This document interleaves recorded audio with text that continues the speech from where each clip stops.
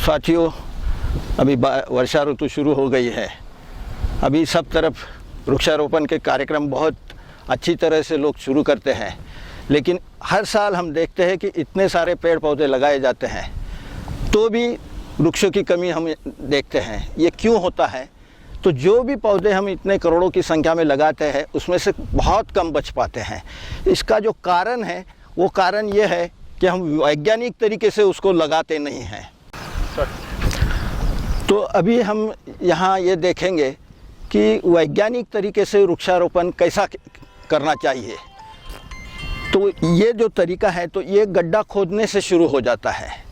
हमारी जो धारणा है कि बहुत बड़े बड़े गड्ढे खोदना पड़ते हैं, तो ये धारणा ठीक नहीं है। पौधा बढ़ने के लिए बहुत छोटा गड्ढा करना पड़ता है। उसका प्रत्यक्ष रूप में हम यहाँ देखेंगे। अभी यहाँ हम गड्ढा खोद रहे हैं, तो ये गड्ढा जो दिख रहा है आपको, तो ये पहले जो खोदा है थोड़ा 6 इंच गहरा खोदा है हमने, उसके ऊपर की परत की मिट्टी बाजू में डाल रखी है हमने। उसके नीचे का जो परत है वो पथरीला या मुरूम जिसको कहते हैं हम, वो पत्थर का है, उसको हम अलग डालेंगे। इसको निकालो, अभी अलग अलग डालो, इस पर नहीं डालना है उसको।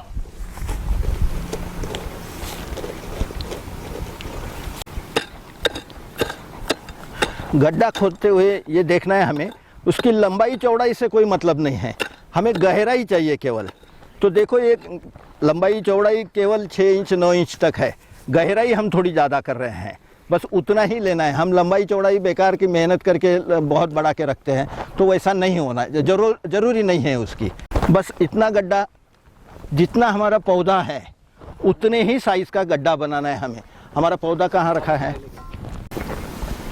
अभी ये जितना उसका बैग है पौधे का, उतने ही साइज़ का गड्ढा हमने खोद लिया है। निकाल। ये पौधे को लगाने के पहले ये जो गड्ढा हमने किया है उसके साथ में भी कुछ कार्यक्रम हमें करना है। तो वो क्या करना है? तो पहले हम उसमें गोबर पानी का घोल बना के डालेंगे। गोबर पानी का जो घोल होता है, तो इसमें गोबर का जो प्रयोग करते हैं हम, वो हो सके उतना गाय या बैल का लेने का प्रयत्न करें। अभी ये जो इतना गोबर है, तो ये इतना बकेट भर पानी के लिए इतना गोबर बहुत हो गया है, इससे ज़्यादा गोबर की ज़रूरत नहीं है हमें। अभी जो गोबर का घोल बना है, ये गोबर का घोल ये गड्ढे में हमें छिड़कना है, जोर से ऐसा मारना है इसको। सिंपल, इतना नहीं, इतना नहीं, थोड़ा थोड़ा मारना है, चिपकना चाहिए। हाँ, अभी ऐसा जोर से मारना है इसको, क्योंकि ये चिपकना चाहिए, 5 साइड को चिपकना चाहिए। 5 साइड यानी 4 ये और नीचे वाला, बस।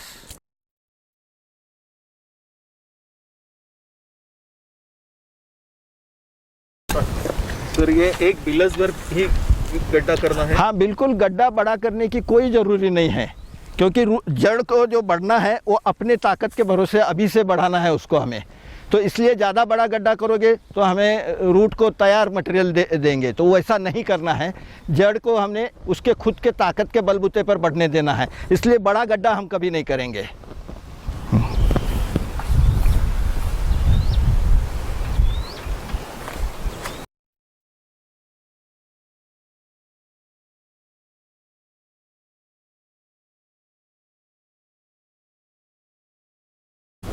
अभी ये जो गड्ढा हमने छोटा सा बनाया है, उसमें गड्ढे के बाद पहले किया है हमने, ऊपर की मिट्टी बाजू में डाली है, ऊपर के परत की, उसके नीचे के परत की मिट्टी बाजू में रखी है।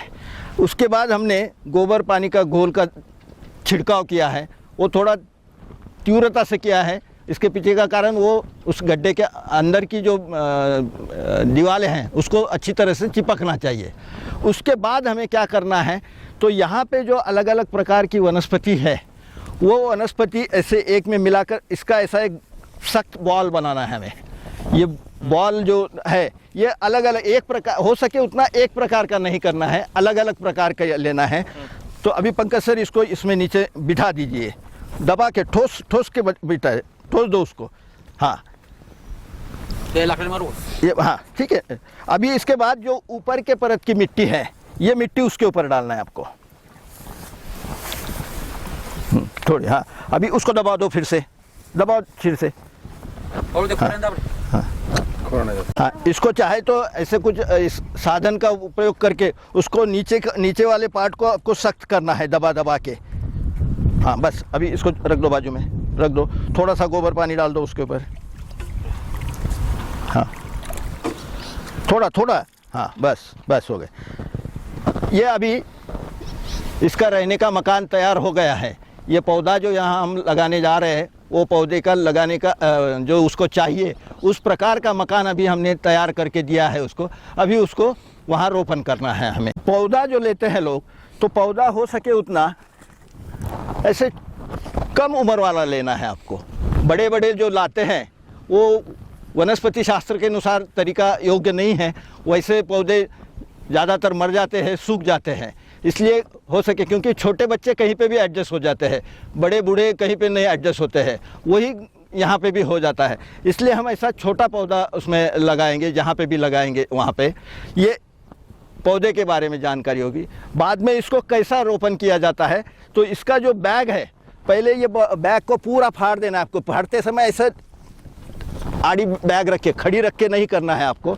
और ये अभी यहाँ जंगल में हमारे पास में कोई साधन की कमी है, इसलिए ब्लेड वगैरह नहीं है, तो हम हाथ से ही इसको फाड़ देंगे। ये जो रेशा होती है थैली के ऊपर, वो रेशा से अगर फाड़ देंगे तो वो नीचे तक जाती है।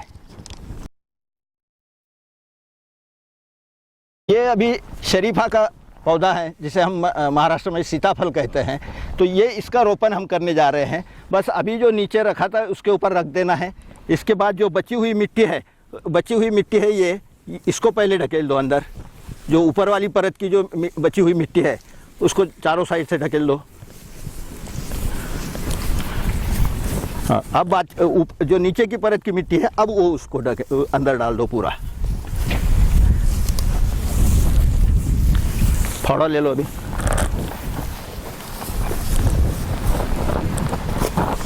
अभी इसको फावड़े से खींचो मिट्टी उसके पास में। इसका जो तना होता है पौधे का, वहाँ पे इसको मिट्टी चढ़ाना है, यहाँ नाली बनाना है आपको। अभी इसको दबाने का एक तरीका होता है। ये दोनों साइड से एकदम पैर रखना है। ये एक पैर रख के नहीं दबाना है, दोनों साइड से इसको प्रदक्षिणा करना है।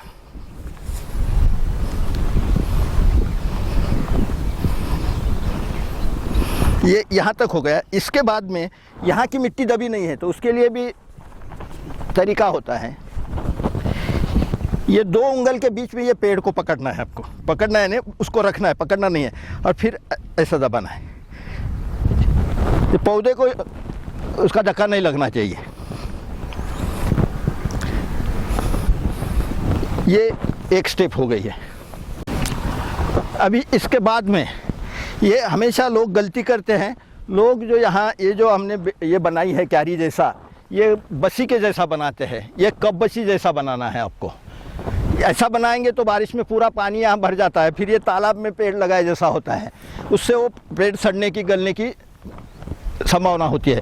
इसलिए ये मिट्टी यहाँ ऊपर चढ़े तो यहाँ पे पानी जमा हो जाएगा, इसको पानी नहीं लगेगा, तने को पानी नहीं लगना चाहिए। ये जो नीचे तना दिख रहा है तो यहाँ पानी नहीं जाएगा, ये ऊपर है इसलिए। तो हमेशा ये ध्यान में रखना है।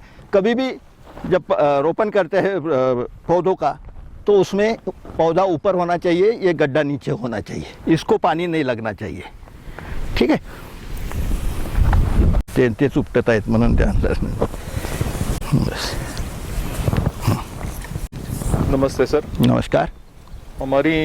मेरी ही एक पहली ऐसी ये थी कि हम गड्ढा बिल्कुल बड़ा करते थे, उसमें बाहर से माटी ला के डालते थे और गोबर वगैरह जो है वो बाद में हम इस्तेमाल करते थे। अभी आपने जो दिखाया है यहाँ, हमने गोबर तो पहले ही उसमें डाला है, गोबर का पानी। तो उसके पीछे क्या राज है, मतलब क्या करने की ज़रूरत है? आपने जो पूछा है कि गड्ढा इतना छोटा क्यों बना है, मैंने इसका स्पष्टीकरण शुरू में किया है वैसे कि अगर पहले ही गड्ढा हम रेडीमेड करके रखते हैं तो प्रकृति ने जड़ को जो शक्ति दिया है वो शक्ति का वो काम नहीं करती है, और फिर वो शक्ति का काम नहीं करने के कारण अगर हमने 3 बाय 3 का गड्ढा बना दिया प्रचलित पद्धति में जो बताया जाता है आमतौर पर, तो वो जड़ें क्या करती है, हमें जड़ को नीचे डाल जाने के लिए बाध्य करना है। लेकिन ये जड़ें क्या करती है, आपने आजू बाजू में पूरा पोला करके रखा है, पूरा मिट्टी डाल के एकदम 5 स्टार फैसिलिटी जिसको कहते हैं हम, ऐसा करके रखा है, तो ये जड़ क्या करती है, नीचे जाने के बजाय वो गड्ढे में ही घूमते रहती है। क्योंकि आजू बाजू में जड़ भी आखिर जीव है और हर जीव अपना लग्जरी देखता है, तो उसको कष्ट नहीं करना है, तो वो क्या करता है, आजू बाजू में ही घूमता है। तो इसका परिणाम क्या होता है कि जिसको हम अंग्रेजी में टेक्निकल भाषा में करते हैं, वो जड़ का क्वाइलिंग होता है, गोल गोल घूमते। जैसे हम गड्ढे में, बड़े गड्ढे में पौधा लगाना और गमले में पौधा लगाना एक जैसा होता है। आप गमले का पौधा निकाल के देखेंगे तो पूरा गोल गोल जड़ें घूमी हुई दिखती है, वही यहाँ बड़ा गड्ढा कर किया तो होता है। अभी क्या होने वाला है, ये जड़ को जैसे ही आगे जाएगी तुरंत हार जाएगा, उसको अपनी ताकत से ही आगे जाना है, क्योंकि अन्न पानी उसको लेना है उसमें से, तो इसलिए ये गड्ढा हम छोटा रखते हैं। ये एक हो गया। दूसरा, और इसका परिणाम भी देखिए, आप अगर रोड साइड में जो रास्ते के किनारे जो हमेशा वृक्षारोपण किया जाता है, तो जब हवा तूफान चलती है तब देखिए रोड साइड के ही पेड़ ज़्यादातर गिरते हैं, जंगलों में ज़्यादा गिरते नहीं, क्योंकि वो हमने 3 बाय 3 के गड्ढे बना के लगे हुए रहते, तो वो जड़ उसकी विकसित हुई नहीं है, नीचे गई नहीं है, इसलिए जरा सी हवा आ जाती है उल्टे हो जाते हैं। जंगलों में वो अपने बलबूते पे जड़ नीचे जाती है तो वो पक्की सख्त बनती है, इसलिए वो पेड़ गिरता नहीं है। तो वो भी एक गड्ढा बड़ा करने का कारण उसके पीछे होता है, हम बता सकते हैं।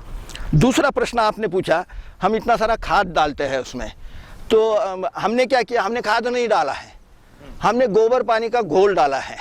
वो क्यों डाला है, उसके पीछे का कारण ये है कि ये जो यहाँ जितना भी, जिसको हम विज्ञान की भाषा में बायोमास कहते हैं, जैव भार जिसको कहते हैं हम, ये जो खरपतवार उगी हुई है, ये खरपतवार पशु खाते हैं और उसको खाद में परिवर्तन करने का काम करते हैं। वो पशु खाते हैं, यानी क्या होता है, उसके जब आंत में जाता है, जिसको हम इंटेस्टाइन कहते हैं, तो उसमें जो गाय के शरीर में जो जीवाणु है वो उसको खाकर गोबर में और बाकी उसके काम की चीज़ जो है वो गाय के शरीर को मिलती है।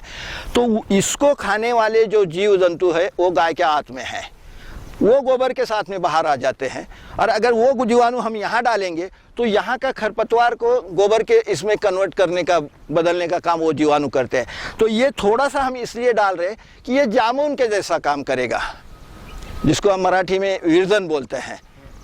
तो ये इसलिए वो थोड़ा सा वहाँ डाल देते हैं, तो वो जामुन के जैसा काम करेगा, अपने आप उसका विकास होते जाएगा, इसके जीवाणुओं की संख्या बढ़ती जाएगी, क्योंकि उसको खाने को मिल ही रहा है इतना सारा, और फिर अपने आप ये पूरा जहाँ यहाँ जो बायोमास, जिसको हम खरपतवार बोलते हैं, जो हमारे लिए सिरदर्द के जैसा होता है, लेकिन वही बाद में खाद में परिवर्तित करने का काम ये गोबर पानी का इतना सा घोल करता है। इसलिए घोल उतना डाला है, खाद की कोई ज़रूरत नहीं है, क्योंकि खाद तो अभी इसको ज़रूरत ही नहीं है पौधे को, पौधा ज़मीन से ज़्यादा कुछ लेता ही नहीं है, सब हवा से लेता। ये वहाँ जो जीवाणु है उसके लिए खाद की ज़रूरत होती है। अब वहाँ जीवाणु ज़्यादा है ही नहीं है, इसलिए हमने डाले हैं, तो अभी तुरंत खाद की ज़रूरत ही नहीं है वहाँ पे।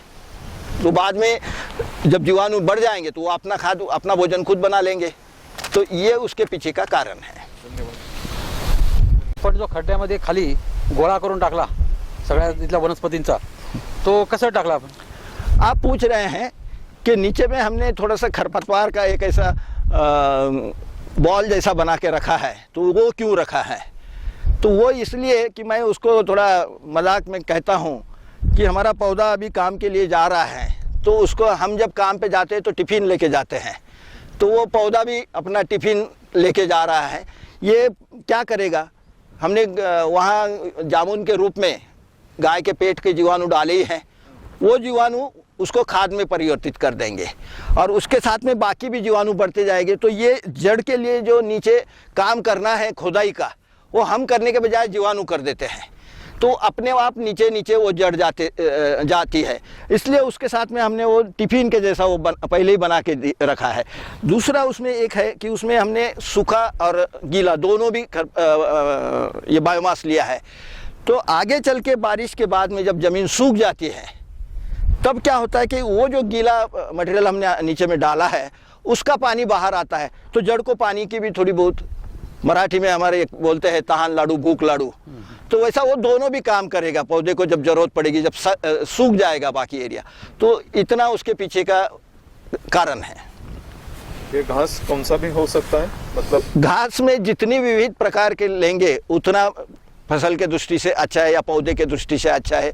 क्योंकि हम जब पोषक तत्वों की जब बात करते हैं, अर्थात अर्ध सत्य है वो, लेकिन पोषक तत्व की जब बात करते हैं तो विविध प्रकार की वनस्पति अगर लेंगे तो विविध प्रकार के पोषक तत्व पत्तों में उसके आ जाएंगे, वो अपने आप खाद के रूप में वहाँ डालेंगे हम। इसलिए जितना ज़्यादा विविध प्रकार के होंगे।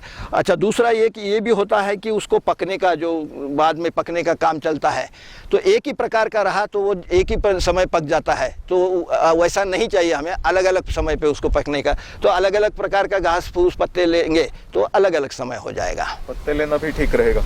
कुछ भी लीजिए, पत्ते भी लीजिए, लेकिन उसके साथ में जो इसका ये जो सख्त नहीं, ये जो सख्त डंडी होती है, ये भी ज़्यादा प्रमाण में नीचे जाना चाहिए। इसमें से आपको मोटे तौर पे अगर कहना है, जिसको मैक्रो और माइक्रो की भाषा में कहना है, सूक्ष्म स्तर पे नहीं लेकिन मोटे स्तर पे, इसमें से नाइट्रोजन मिलेगा। और सबसे महत्व का बात जो होती है, पौधे को कार्बन की ज़रूरत होती है, इसमें से आपको कार्बन मिलेगा। इसलिए सूखी लकड़ियाँ भी हम डालते हैं नीचे में, लकड़ी भी डाल सकते हैं, तो वो ज़्यादा अच्छा रहेगा लकड़ी डालोगे तो, क्योंकि ज़्यादा से ज़्यादा कार्बन उसमें से मिलेगा। पौधे को नाइट्रोजन तो हवा से चाहे उतना ले सकता है वो, लेकिन कार्बन की ज़रूरत होती है। इसलिए कार्बन, और इसीलिए हमारी ज़मीन की सब अभी जो खेती का थोड़ा सा विषयांतर हो जाता है, लेकिन आपने पूछा इसलिए कह रहा हूँ कि पूरा खेती का शास्त्र जो था वो होना चाहिए था कार्बन आधारित, लेकिन वो अभी है नाइट्रोजन आधारित नत्र के स्तर पर।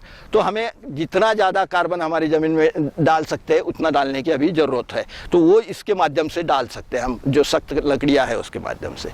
घर में जो सर, मेरा एक क्वेश्चन है, ये पौधे के नीचे हमने जो एक हरा पत्ती वाला गड्ढा डाला है वो, और वो पौधा लगाने के बाद ऊपर ही मल्चिंग में जो अलग अलग प्रकार की वनस्पति की थोड़ा थोड़ा टुकड़ा डाला है, वो ये वृक्ष के पहले वही तो नहीं बढ़ना शुरू हो जाएगा? आपने देखा होगा, मैंने दो बार सूचना किया था कि नीचे जो मटेरियल हमने डाला है, जो खरपतवार डाली है, उसका बॉल के जैसा, सख्त बॉल के जैसा बनाया है।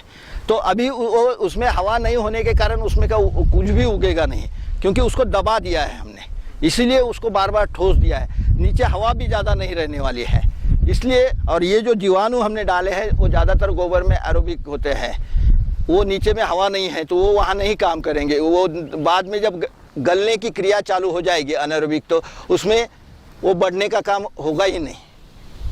तो वो उससे डरने की कोई ये नहीं। अब ये भी जो डाला है, अभी उल्टा ये 8-15 दिन के बाद में आप अगर इसको उठा के देखेंगे, इसके नीचे का पूरा खरपतवार खाद के रूप में ये आ जाएगा। वहाँ बिल्कुल ऐसी बुरबुरी मिट्टी हो जाएगी खाद के जैसी, तो उसका फ़ायदा वो हो जाएगा। उसका दूसरा फ़ायदा ये हो जाएगा कि अभी इसके ऊपर जो बारिश आएगी तो वो बारिश का पानी जल्दी नीचे जाएगा, क्योंकि नीचे में जीवाणु का विशेषता ये होता है कि उसको प्रकाश नहीं चाहिए, तो इसलिए ये ऊपर की परत में जीवाणु आते नहीं। अभी क्या हो जाएगा, इसके नीचे यहाँ अंधेरा हो गया है तो यहाँ जीवाणु ऊपर की परत तक आ जाएंगे, तो उसका फ़ायदा ये हो जाएगा कि इसके नीचे की मिट्टी पूरी भुरभुरी हो जाएगी, पोला हो जाएगी, जिसके कारण बारिश का पानी ज़्यादा से ज़्यादा नीचे जाएगा। ये सब एक दूसरे में अटके हुए ये है परिणाम है। केवल एक को लेके अलग से करेंगे तो जल्दी समझ में नहीं आता है। तो इसलिए ये मल्चिंग जितना ज़्यादा चौड़ा करेंगे उतना आपका पानी का रिजाव अंदर ज़्यादा हो जाएगा। आपने एक इसमें बात रह गई है हमारी बताने की कि इसको पानी नहीं डाला है हमने, लेकिन ये बात ध्यान में रखना है कि अभी हम वर्षा ऋतु में इसका वृक्षारोपण कर रहे हैं, इसलिए मिट्टी में ऑलरेडी ज़मीन में पानी है, इसलिए पानी नहीं डाला है। लेकिन अगर आप बारिश के बाद में करेंगे तो वहाँ गड्ढे में थोड़ा सा पानी आपको डालना पड़ेगा, या यहाँ पे भी अगर लगाने के बाद में थोड़ा सा पानी डाल देते तो डालना चाहिए, बिना पानी से नहीं होगा। अभी बारिश के दिन है इसलिए हमने पानी नहीं डाला है, केवल वैसा ही वृक्षारोपण किया है क्योंकि मिट्टी गीली है पूरी। नमस्कार सर। नमस्कार। ये जो आपने पौधे के आजू बाजू में डाला है, इधर का घास पौधा, वो क्यों डाला गया है? क्या होता है, हमने शुरू में देखा है, मैंने कहा आपको कि ये पौधा लगाने के बाद में इसको अभी अगले मार्च तक भी पानी हमें देना नहीं है। तो वो क्यों नहीं देना है, क्यों कमी कैसे नहीं होती है? तो क्या होता है, ये सब पौधे पेड़ सब हम भी सब प्रकृति के बच्चे हैं, तो प्रकृति सबका देखभाल करने का जिम्मा लेने को तैयार है। लेकिन बीच में हम अगर कुछ अपनी हरकतें करते हैं तो फिर प्रकृति आपके ऊपर छोड़ती है। तो हमें ज़्यादा से ज़्यादा प्रकृति की तरफ जाने की कोशिश करना है। तो ये करने का उद्देश्य ये है कि प्रकृति क्या करती है, उसके ये सब बच्चों को संभालना है। तो उसको जो साल भर पानी लगने वाला है वो वर्षा के रूप में ज़मीन में भर के रखती है। जैसा हम हमारे दिन भर के लिए गुंड भर के रखते हैं, पानी का ड्रम भर के रखते हैं, वैसा ये ज़मीन के रूप में जो गुंड है प्रकृति ने पानी के लिए बना के रखा है वो भर के रखती है। लेकिन हम प्रकृति क्या करती है, अब यहाँ जो दिख रहा है आपको, तो ये जो नीचे गुंड भर के रखा है तो उसके ऊपर ढक्कन के रूप में ये सब पेड़ पौधे प्रकृति ने उगा के रखे हैं। मैंने थोड़ी देर पहले ये भी कहा कि प्रकृति को ज़मीन को, हमारे धरती माता को नंगा नहीं रखती है, उसके ऊपर ढक्कन रख देती है, वो ढक्कन है। अब यहाँ पेड़ पौधे लगाने के कारण हमारे ये सब मिट्टी के ऊपर के ढक्कन उड़ जाते हैं। तो ये ढक्कन अगर हम हमारे घर में भी अगर देखेंगे, एक आधा बर्तन पानी से भर के रखते हैं और वो धूप में बाहर वैसा ही रहता है, तो अपने उसका पानी खत्म हो जाता है, भले हमने उपयोग नहीं किया तो भी खत्म हो जाता है। वैसे ही अगर यहाँ पे जब सफाई कर लेते हम, तो यहाँ का पानी ढक्कन निकालने के कारण उड़ जाता है। तो हम उसका वो बर्तन के ऊपर ढक्कन रखने जैसा ही काम ये डालने के कारण हो रहा है। इसके दूसरा कारण मैंने पहले ही बताया कि उसके नीचे फिर जीव सृष्टि काम करती है, उसको भी पानी मिलता है, लेकिन ये ज़्यादा है। और इसलिए फिर ये पौधे को जो पानी प्रकृति ने भर के रखा था वो पूरा मिलने का यहाँ प्रबंध हो गया है। तो ये ढक्कन के जैसा बर्तन के ऊपर हमने एक प्रकार से ढक्कन रख दिया है। धन्यवाद। खक्के सर ने अभी जो बताया वो तो बिल्कुल आसान तरीका है। हम पहले जो कर रहे थे उससे बिल्कुल अलग और आसान है। ये अलग तरीका तो है ही, लेकिन इससे ज़्यादा क्या है कि ये जो तरीका अपनाने से हम बहुत सारा लेबर बचा सकते हैं, पहली बात। क्योंकि हर वक्त जब पौधे लगाने हैं तो लोग जेसीबी लाकर खड़ा करते हैं पहला गड्ढों के लिए, और ये गड्ढे कितने हैं, तो हम यहाँ समझो अभी 650 पेड़ लगाने वाले हैं। तो 650 गड्ढे वो जेसीबी से करने के लिए लगभग 2 दिन तो जाएंगे और 2 दिन का पैसा जाएगा। लेकिन इस तरीके से हमने लगाए पौधे तो बहुत बड़ा खर्चा भी बचने वाला है। उसके साथ साथ एडवांटेज और क्या है, ये जो पद्धति है इससे ये जो पौधा लगाया है उसको जो न्यूट्रिशन लगने वाला है वो सारे न्यूट्रिशन की तैयारी अभी से हमने करके रखी है, ताकि अलग से कुछ तो लाकर खाद के स्वरूप में डालना नहीं पड़ेगा। ये जब पड़ेगा तब 2 या 3 महीने के बाद शायद लग सकता है पौधों की कितनी तैयारी हो चुकी है, कितने बड़े हैं, वो देखकर हम डाल सकते हैं, लेकिन शायद उसकी ज़रूरत भी नहीं। और तीसरा एडवांटेज ये है कि पानी अभी जून महीना चालू है, जून महीने में हम लगाने वाले हैं, मार्च तक यानी कितने महीने, 6 और 3 महीने, 9 महीने तक पानी देने की ज़रूरत नहीं। तो पानी भी बचने वाला है। दूसरी बात, पानी बहुत कम लगने वाला है। ऑटोमेटिक जो नैसर्गिक रीति से पानी यहाँ आएगा बारिश में, और उसके बाद भी जो ज़मीन में रहेगा उसके ऊपर ही ये पेड़ बढ़ने वाला है। तो कितना कम पानी लगने वाला है सोचो। तो पानी देने का लेबर भी इससे बचने वाला है, क्योंकि बाद में लोग जब दिसंबर चालू होता है तब इमीडिएटली धूप चालू होती है तो लोग लग जाते हैं काम पर और पानी डालने की शुरुआत करते हैं। तो ये भी हमें करने की ज़रूरत नहीं। ये 3-4 एडवांटेजेस हम इस पद्धति से अपना सकेंगे, और ये एडवांटेजेस मिलने के बाद हम खर्चे की टोटल कैलकुलेशन करेंगे तो बहुत बड़ा खर्चा बचने वाला है।